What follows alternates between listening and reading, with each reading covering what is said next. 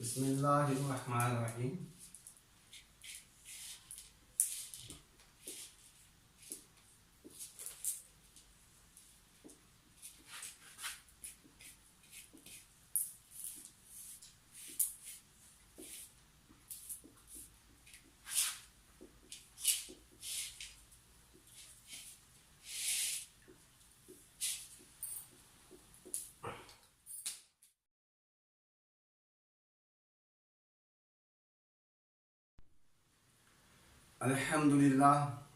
الحمدللہ حمدا کثیرا طیبا مبارکا فیہ، اللہم لا احصی ثناء علیک انت کما اثنیت علی نفسک، اللہم صلی علی محمد وعلی آل محمد کما صلیت علی ابراہیم وعلی آل ابراہیم انک حمید مجید، اللہم بارک علی محمد وعلی آل محمد کما بارکت علی ابراہیم وعلی آل ابراہیم انک حمید مجید۔ Dear students, السلام علیکم ورحمۃ اللہ وبرکاتہ۔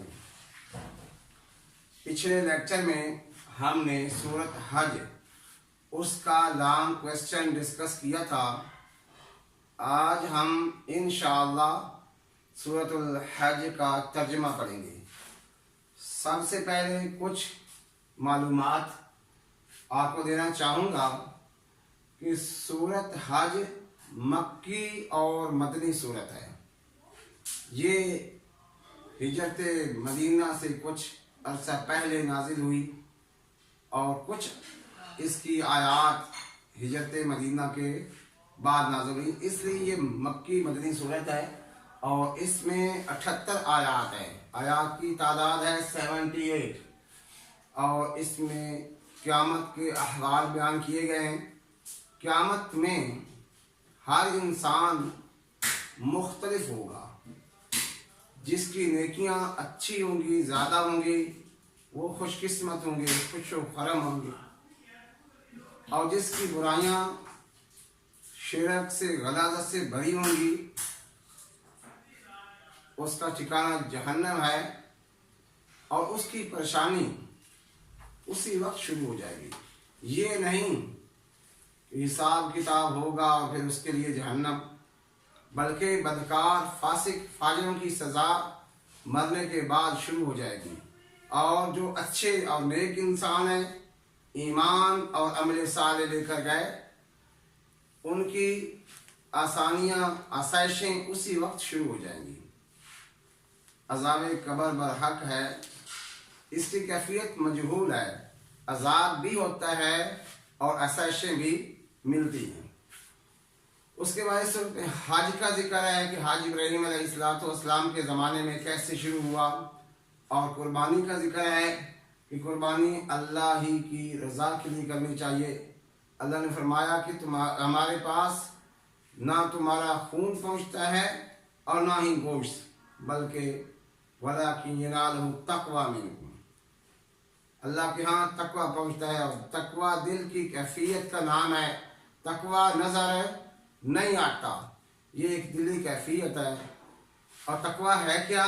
کہ انسان کے اندر ایسی صفت پیدا ہو جائے اس کو برائی کا موقع ملے بھی تو برائی کے نزدیک نہ جائے، یہ ہے یہ تقویٰ۔ اور اس کے علاوہ جہاد کی اجازت، اُذِنَ لِلَّذِينَ يُقَاتَلُونَ بِأَنَّهُمْ ظُلِمُوا، ظالموں کے خلاف ہتھیار اٹھانے کی اجازت دی گئی ہے، اور جہاد کی اجازت مسلمانوں کے لیے خوشخبری ہے، کیونکہ مسلمانوں کی حفاظت جہاد کے ذریعے سے ہے، اور اگر یہ جہاد نہ ہو، مسلمانوں کی مساجد، مسلمانوں کے اسکول، کالج، یونیورسٹی تباہ و برباد ہو سکتی ہیں۔ دشمن کیا چاہتا ہے؟ وَدَّ الَّذِينَ كَفَرُوا لَوْ تَغْفُلُونَ عَنْ أَسْلِحَتِكُمْ وَأَمْتِعَتِكُمْ فَيَمِيلُونَ عَلَيْكُمْ مَيْلَةً وَاحِدَةً، کافر یہ چاہتے ہیں کہ تم اسلحے اور ہتھیاروں سے غافل ہو جاؤ تاکہ وہ تم پر حملہ کر کے تمہیں ختم کر دیں۔ تو جہاد کی اجازت مسلمانوں کے لیے بڑی خوشخبری ہے۔ اب آتے ہیں ہم اس کے ترجمے کی طرف۔ اعوذ باللہ من الشیطان الرجیم، بسم اللہ الرحمن الرحیم۔ علم ترى، علم یہ حمزہ ہے،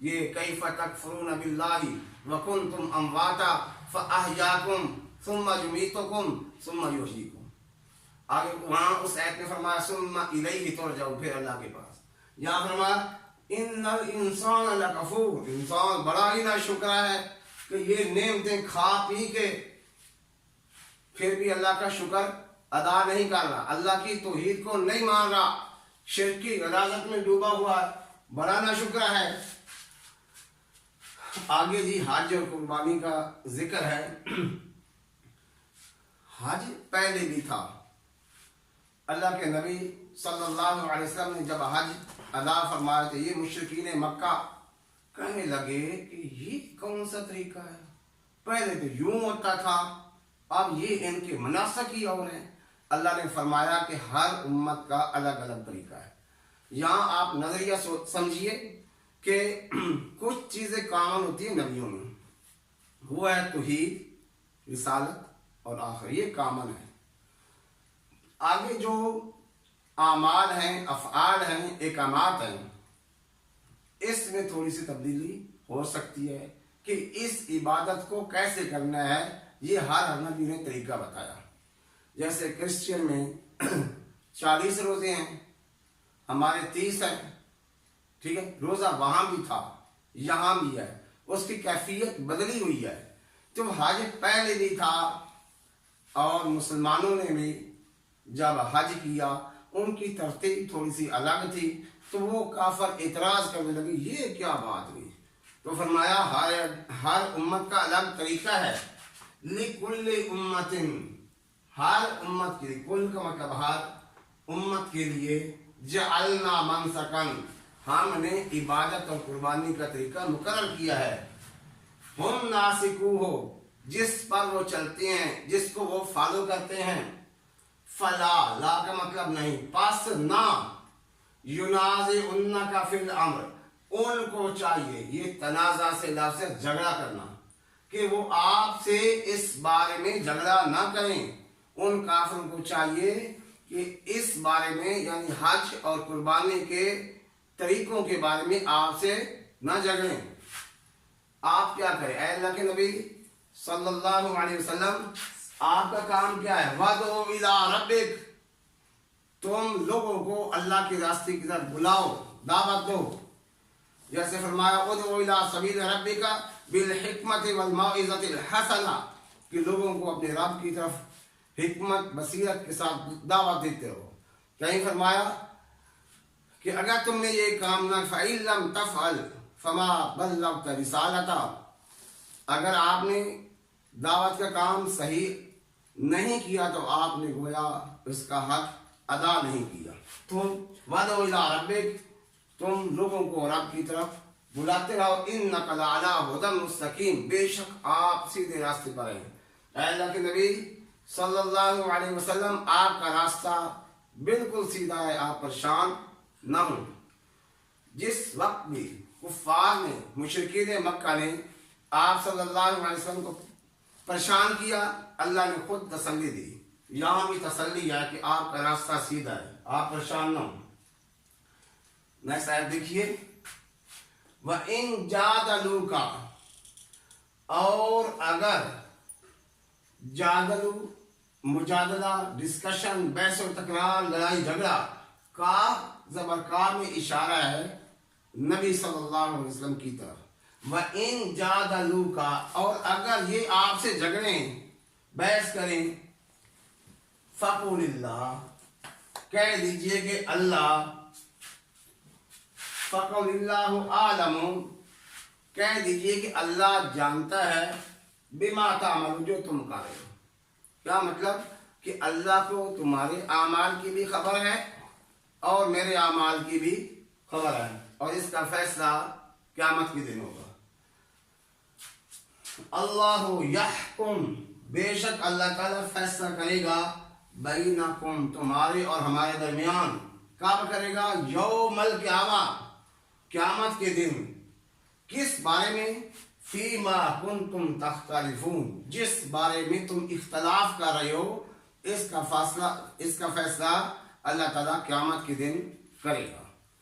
تو آج کا ہم نے